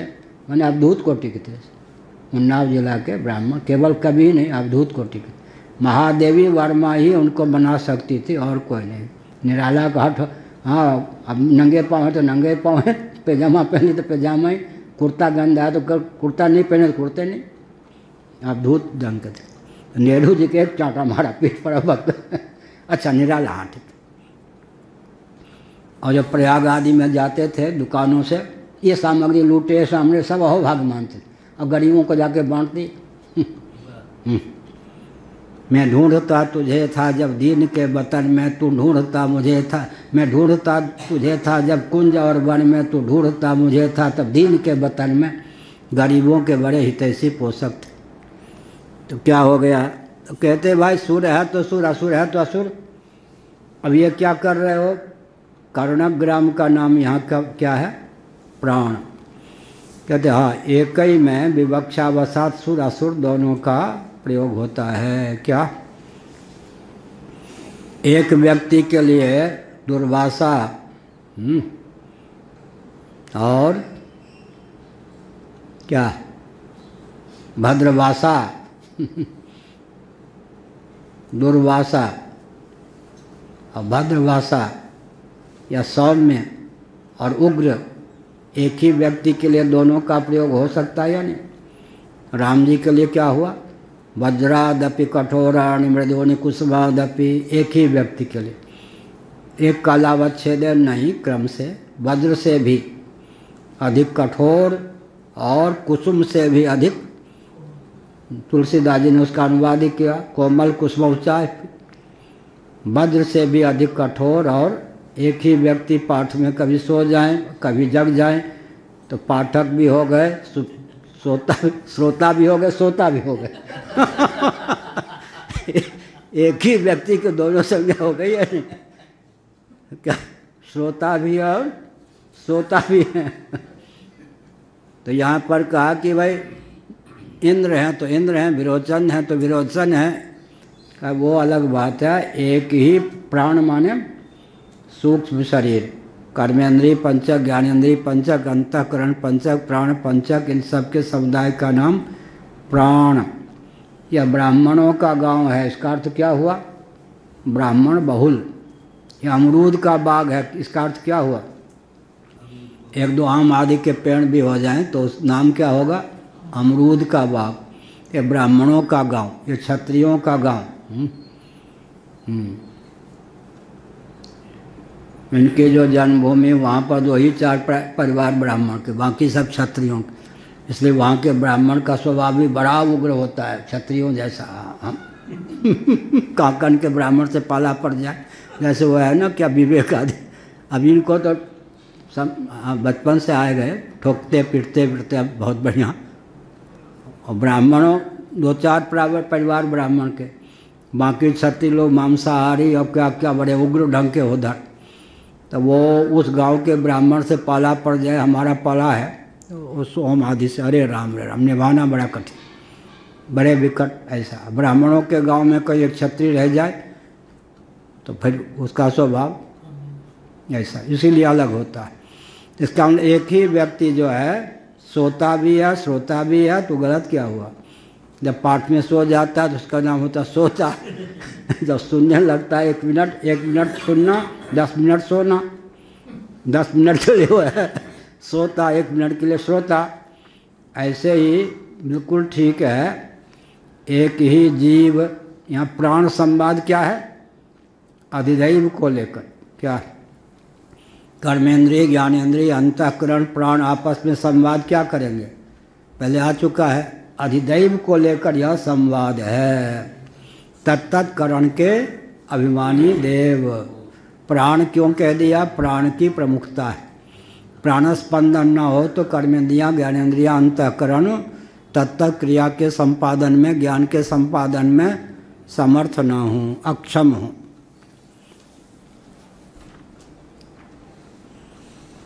तो विरुद्ध नहीं है, एक ही व्यक्ति जो है क्या है, सौम्य भी हो सकता है, उग्र भी हो सकता है। एक ही व्यक्ति कभी हंस भी सकता है, कभी रो भी सकता है, तो इसमें क्या बात। और जो विनोदी होते हैं वो विनोद नहीं सहन करते, क्या दूसरे से विनोद करने वाला उसके विनोद कर दो तो काल बन जाता। विनोदी जो है विनोद नहीं सह पाता, और औरों से विनोद करेगा, उससे कोई विनोद कर दो तो मरने मारने को तैयार हो जाएगा, नहीं तो रोने लगेगा। एक ही व्यक्ति हंसमुख भी हो सकता है और रोने वाला भी हो सकता है, क्रम भेद से। इसी प्रकार से एक ही अभिमानी ये सब हैं। जब पाप में प्रीति प्रवृत्ति हो जाती है पापाचरण में, तब कौन हो गए? असुर। पुण्य आचरण में प्रीति प्रवृत्ति हो गई तो सुर। कभी सुर भाव कभी असुर भाव आता रहता है, कभी उग्र भाव कभी सौम्य भाव आता रहता है। तो कालक्रम से क्या हुआ? प्राण को ही सुर असुर कह सकते हैं। अब अधिक समय किस में रहते हैं? असुर भाव। आसुर भाव अधिक समय रहता है और फिर प्रतिशत घटता जाए तो दैवी स्वभाव अधिक रहता है और कभी कभी आसुर भाव भी आ जाता है। फिर दैवी स्वभाव भी रह जाता, आसुर भाव नहीं आता। ये तो युद्ध है ना। क्या क्या युद्ध है? 2% दैवी वृत्ति तो 98% आसुरी वृत्ति। होते होते 2% आसुरी वृत्ति, 98% दैवी वृत्ति। फिर होते होते आसुरी वृत्ति बिल्कुल नहीं, दैवी वृत्ति ही। यही है हमारे जीवन में जो कभी कभी दैवी वृत्ति आ जाती है, अधिकांश आसुरी वृत्ति आती है। तो इन प्राणाभिमानी देवताओं ने आपस में विचार किया, सदा के लिए आसुर भाव पर विजय प्राप्त करने का प्रयास करना चाहिए। इसीलिए आगे का आया क्या है? साधन का वर्णन है। एक आख्यायिका के माध्यम से आसुर भाव की निवृत्ति हो जाए, दैवी संपन्नता ही जीवन में बनी रहे, इसके लिए यह समझाने का ढंग है, आख्यायिका है।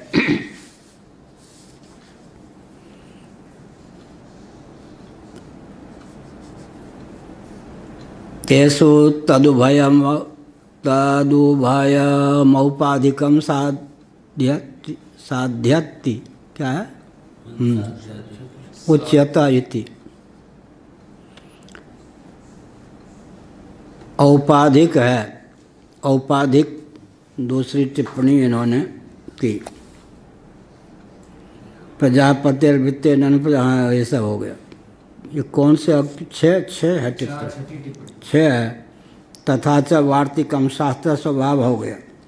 वार्तिक सुरेश्वराचार्य महाभाग ने भगवान शंकराचार्य के द्वारा जो तैत्रीय उपनिषद पर भाष्य लिखा गया, उस पर वार्तिक लिखा। बृहदारण्यक उपनिषद पर एक शाखा शंकराचार्य की थी, एक शाखा मंडन मिश्र जी की थी। शंकराचार्य के अनुरोध पर दोनों भाष्यों पर वार्तिक लिखा। ब्रह्मसूत्र पर भाष्य पर वार्तिक लिखवाना चाहते थे सुरेश्वराचार्य जी से। गुरु भाइयों के विवाद में वो भगवान शंकराचार्य का भाव पूरा हुआ ही नहीं। तो ये सब सिद्ध लोग भी है, एक अभी की बात नहीं है, सनातन नियम। उत्तर दक्षिण आदि का भेद उस समय भी बहुत था। शंकराचार्य सोचते थे कि ब्रह्मसूत्र पर जो मेरा भाष्य है उस पर वार्तिक जैसा मैं चाहता हूँ वैसा सुरेश्वराचार्य के अतिरिक्त कोई लिख नहीं सकेंगे। आनंद गिरि जी भी थे, ये सब भी पद्मपादाचार्य महाभाग आदि थे। गुरु भाइयों का कहना था कि ये लिखें, हम ही लिखें, हमें लिखें। तो अंत में हस्तामलकाचार्य लिखें। तो महाराज ने कहा इनको तो शरीर का भान ही प्राय कम रहता है, इतने वो अंतर्मुख थे। कुछ गुरुदेव कहते थे, किसी ने कहा महाराज अध्यास का खंडन अमुक ने किया है, आप उसका खंडन कर दीजिए। मेरे सामने कहा। उन्होंने कहा अरे भाई विचित्र बात है, मैंने खंडन किया था वर्षों पहले। एक बहुत छद्म ढंग का पंडित आया, उसने कहा महाराज मैंने सुना है कि आपने अध्यास भाष्य पर जो वज्रपात करने वाला ग्रंथ है उसका खंडन लिखा है, या देखने को दीजिए। महाराज को नहीं मालूम कि वो अमुक वैष्णव संप्रदाय का, तिलक उद्दा से। फिर बाद में महाराज मंगवाते रहो, कभी दिया ही नहीं महाराज ने, खा गए, नष्ट कर दिया। फिर कहा कि देखो अब शरीर 70 से ज़्यादा आयु है, खंडन करने में ग्रंथ का किसी का खंडन करने में बहुत ही दाव पेंच बुद्धि मन फिर उस खंडन करने में लग। अब मैं नहीं, वामदेव जी महाराज ने कहा था कि आप, उनका मैंने तो लिखा था लेकिन छद्म पूर्वक कोई व्यक्ति ले गया फिर लौटाया नहीं, उसने नष्ट कर दिया होगा।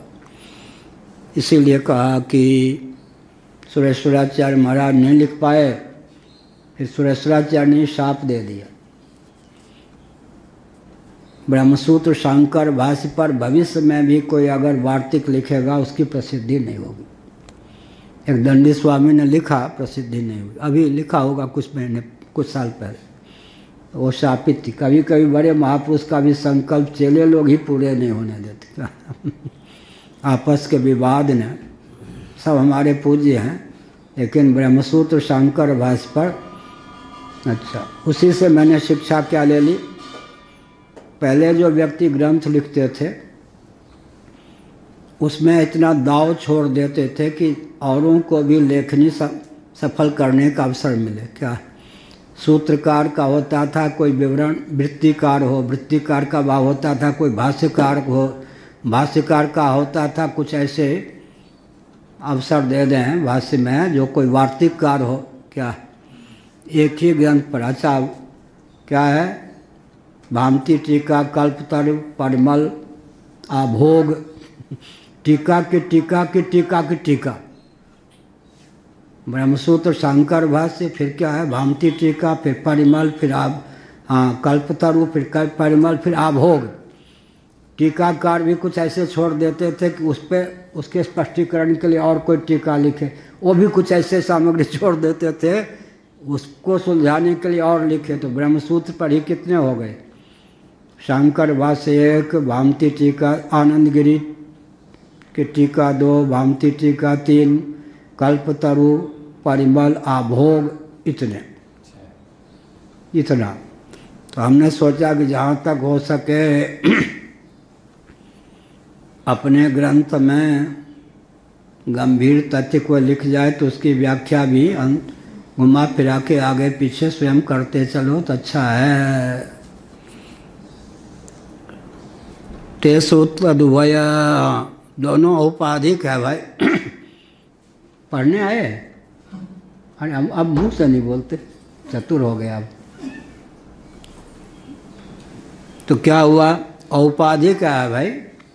जब तमोगुण का उत्कर्ष होता है, रजोगुण का उत्कर्ष होता है, तब क्या हो जाता है, आसुरभाव आ जाता है। सत्वगुण का उत्कर्ष होता है तो इसीलिए औपाधिक है, औपाधिक यही सब। या जो शास्त्र में प्रतिषिद्ध कर्म है उनको करने लगता है व्यक्ति तो असुर हो गया, जो विहित कर्म है उनको करने लगता है तो कौन हो गया, देवता हो गया। तो ये वार्तिककार ने भी इस तथ्य को स्पष्ट कर दिया। शास्त्रानपेक्षयोर ज्ञान कर्मयो उत्पादकमाह प्रत्यक्षेति। प्रत्यक्ष शब्द का के वर्णन करके कहा यह हुआ। शास्त्रानपेक्षयोर ज्ञान कर्मयो उत्पादकमाह, सातवीं टिप्पणी के उत्पादक बने आधायक। सार क्या हुआ, शास्त्र ज्ञान और कर्म तो रहेगा जीवन में। क्या शास्त्र को मानने वाला हो, शास्त्र को न मानने वाला हो, ज्ञान और कर्म तो जीवन में रहेगा। किसी न किसी वस्तु का ज्ञान होगा, पदार्थ का ज्ञान होगा, कर्म होगा। अंतर यह है कि शास्त्र सम्मत ज्ञान और शास्त्र सम्मत कर्म के आप पक्षधर हैं या नहीं। अगर शास्त्र सम्मत ज्ञान के पक्षधर नहीं हैं, शास्त्र माने वेद और वेद सम्मत, शास्त्र सम्मत ज्ञान के पक्षधर नहीं है तो आपका ज्ञान आपको मार डालेगा। शास्त्र सम्मत कर्म के पक्षधर आप नहीं हैं तो आपका कर्म आपको खा जाएगा। ज्ञान और कर्म तो यावत जीवन रहेगा या नहीं। अमुक का ज्ञान, अमुक उदाहरण के लिए 25 महिलाएं हैं, प्रत्यक्ष प्रमाण के द्वारा वो सब स्त्रियां हैं या नहीं। आगम को मानेंगे तो कोई माता है, कोई नानी है, कोई मौसी है। अब शास्त्र को नहीं मानेंगे तो कौन माता, कौन पत्नी, कौन बहन, कोई बुआ, कौन मौसी, कुछ पता चलेगा? तो नरक में जाने का मार्ग प्रशस्त होगा या नहीं? क्या शास्त्र की ज़रूरत क्या हो गई? बहुत मोटा उदाहरण है, इसको तो कोई भी मानेगा। अमुक बहन है, अमुक माता है, अमुक भाभी है, अमुक पत्नी है, अमुक नानी है, ये प्रत्यक्ष प्रमाण का विषय तो नहीं हुआ ना। शास्त्र को आप न मानो, केवल तो ज्ञान तो होगा। शास्त्र को न मानने वाले का व्यवहार भी ज्ञान के बिना चलेगा क्या? पशु का व्यवहार भी ज्ञान के बिना चलेगा क्या? और मुँह मारे बिना भोजन करना चाहेगा पशु भी, खाएगा चारा, तो कर्म चाहिए नहीं। ज्ञान और कर्म के बिना तो व्यवहार चलेगा ही नहीं जंगम प्राणियों का। स्थावर प्राणियों में अंतर्निहित ज्ञान कर्म होता है, लेकिन अब वो देखो एक लज्जबीजी लज्जा ऐसे होती बेल, उसको थोड़ा छू जाए तो उसके पत्ते एकदम ऐसे सिकुड़ जाते, एकदम ऐसे। बाद में क्या करो, 2 मिनट लगता है उनको फिर फैलने में, फिर छोड़ दो तो दवा बहुत बढ़िया है, वो दवा भी है ऐसे, लज्जावती, लजीली ऐसे। इसका मतलब ज्ञान और कर्म, उनके यहाँ भी ज्ञान और कर्म। स्पर्श का ज्ञान हुआ या नहीं? स्पर्श का ज्ञान नहीं हुआ होता तो संकुचित कैसे हो जाती पत्ती?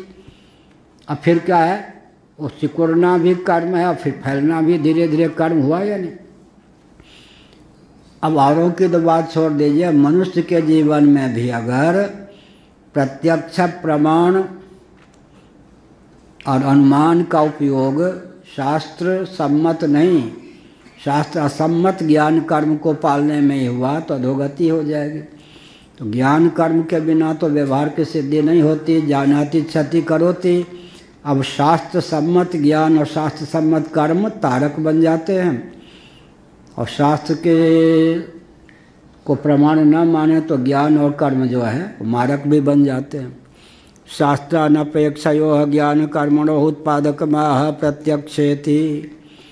प्रत्यक्ष को ही प्रमाण मानकर उस प्रत्यक्ष के उपोद्बलक के रूप में अनुमान को भी जो प्रमाण मान लेते हैं, लेकिन शास्त्र सम्मत ज्ञान कर्म का आलंबन नहीं लेते, वो असुर हो जाते हैं।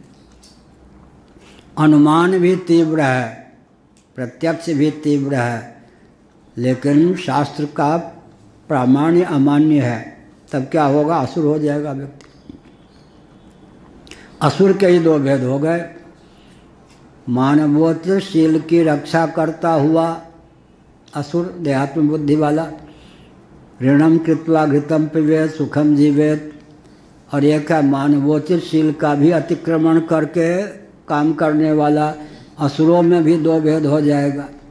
तो परंपरा से कहीं न कहीं शास्त्र को न मानने वाला भी मानवोचित संयम का परिचय देता है, तो कहीं न कहीं रक्त में शास्त्र सम्मत परंपरा सन्निविष्ट है। नहीं तो डाका मारो और लूटो पियो खाओ, ये नहीं। शास्त्रानपेक्षयो है ज्ञान कर्मणो है उत्पादकमाह। तीव्र वासना होती है, रजोगुण तमोगुण का उद्रेक होता है, तो व्यक्ति क्या करता है? शास्त्र विरुद्ध आचरण में प्रवृत्त होता है।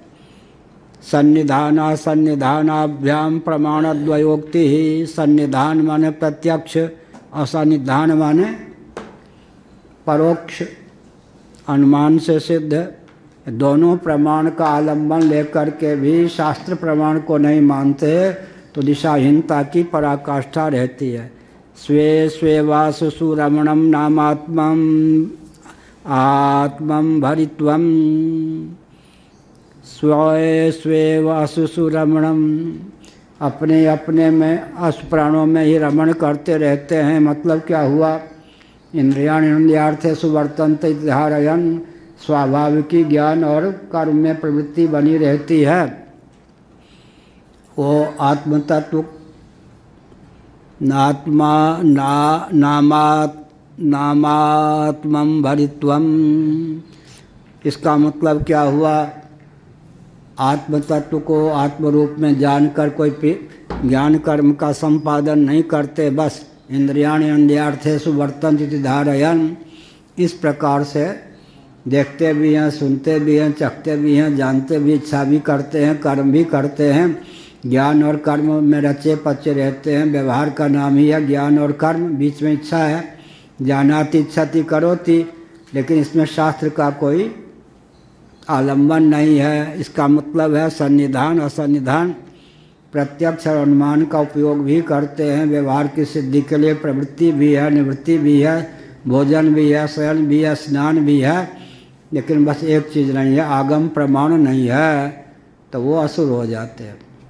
अनुमान करने वाले भी, प्रत्यक्ष व्यवहार करने, उनका ज्ञान और कर्म उनके लिए मारक होता है, न कि तारक। ओम पूर्णमदः पूर्णमिदं पूर्णात् पूर्णमुदच्यते पूर्णस्य पूर्णमादाय पूर्णमेवावशिष्यते। ओम शांति शांति शांति। शंकराचार्य भगवान की जय।